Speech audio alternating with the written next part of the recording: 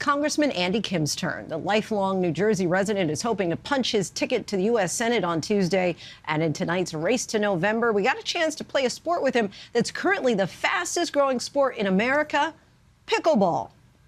Congressman Linsey, very nice to meet you. Nice to meet you too. Thank you so much for taking me out on the court. Shall we? Yeah, of course. Oh, woo. Oh, nice.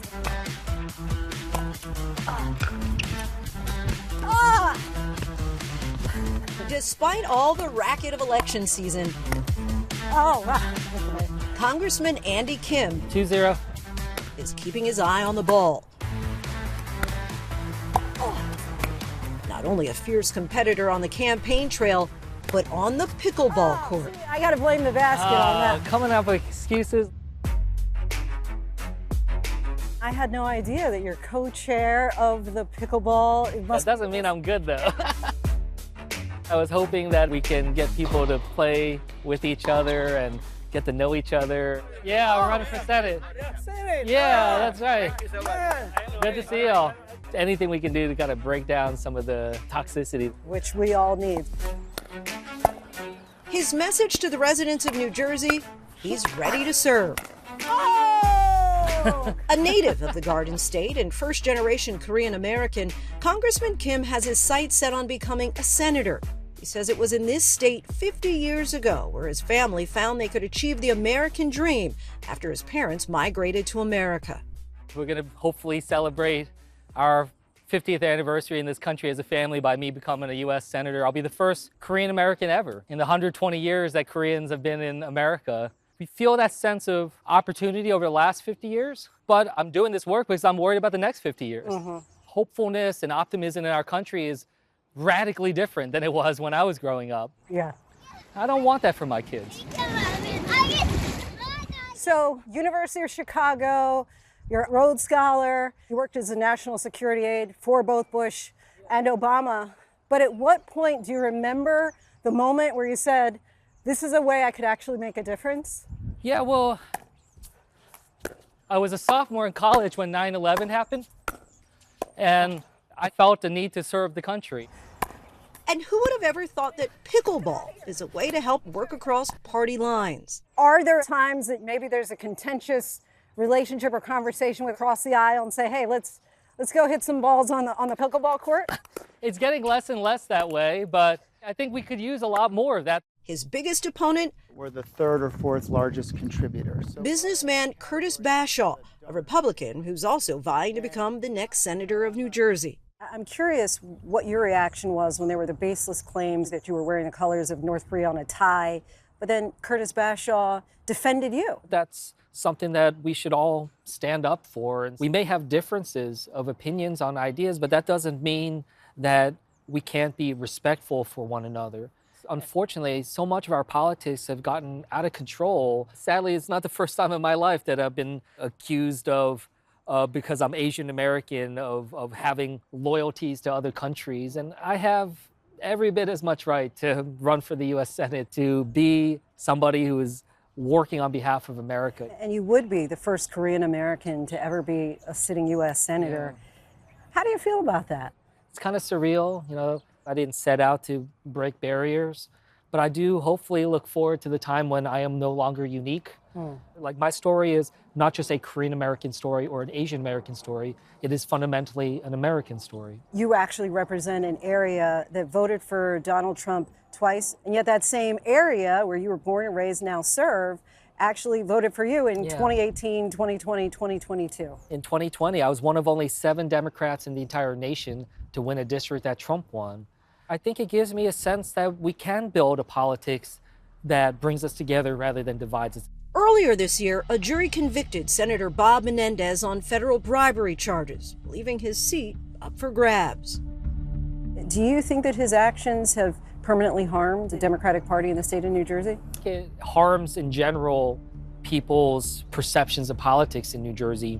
84% of people surveyed in New Jersey believe that their politicians are corrupt. That is a devastating number. We deserve better. This is a country of 330 million people. Like, we should be able to find, 435 people in the House and 100 people in the Senate who are people of substance, integrity, honesty. And so, that was a big reason why I stepped up, is I want to show that there's a different kind of politics we can build. Asian Americans, as you likely know, fastest growing voter population in the state of New Jersey. Do you think that enough is being done to court and appeal to that voting bloc? No, not even close. Taking that vote for granted, not reaching out. And frankly, I feel it in how people treated me. When I first ran for Congress, people said there's no way that you can win this congressional district. It's 85% white, as if I can only appeal to people who look like me. A year ago, someone looked me in the eye and said I'm the wrong kind of minority to win statewide in New Jersey. Let's talk about January 6th. It's such a striking image of you on your hands and knees, cleaning up after the devastation and destruction inside the Capitol. If anything came out of that horrible crisis, that perhaps it would be like this defibrillator moment that would shock our country back into some normal heart rhythm. But unfortunately, I just immediately saw some of my colleagues, pull out the same speech they were going to give about, the election being stolen.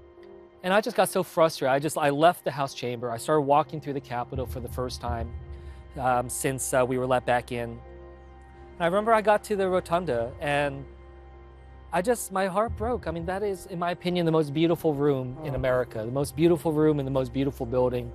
It was my mom and my dad that took me to the Capitol for the very first time when I was a kid.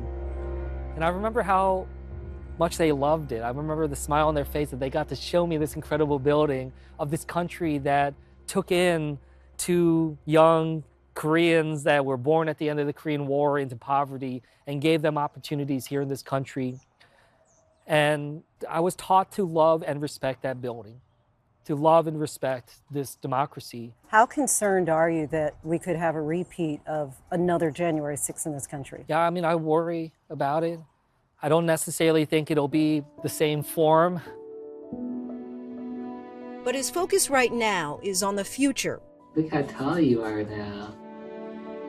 As he attempts to create a better tomorrow, ever mindful of his 2 young sons, just 7 and 9 years old.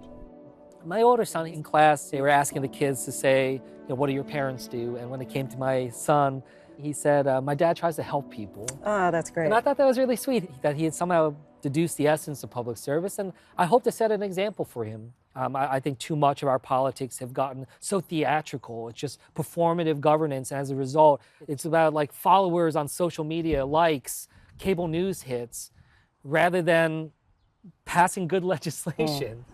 Tell us about the phone call you got from Vice President Kamala Harris after you won. I think your dad may have been in the hospital at the time. Yeah, so after the primary election, I got a phone call. It was Vice President Kamala Harris congratulating me on winning. And I said, I feel really great about getting through the primary, but with all honesty, I just want you to know I'm taking this call from outside the hospital room of my father. He had just had a major fall. We're not sure he's going to be able to walk again. Vice President Kamala Harris just switched tones and just said, like, what can I do to help? She shared with me her own experiences in her own life of family members and loved ones having major surgery and health problems. And she stayed on the phone with me for, I think it was about 30 minutes. And I felt like that's the kind of president I want. That's the kind of person I want to lead our country. Congressman Andy Kim is in it to win it. In just a few days, we'll see how his competitive spirit and agility translate at the ballot box. Oh! Nice point. Our thanks to Andy Kim for that conversation.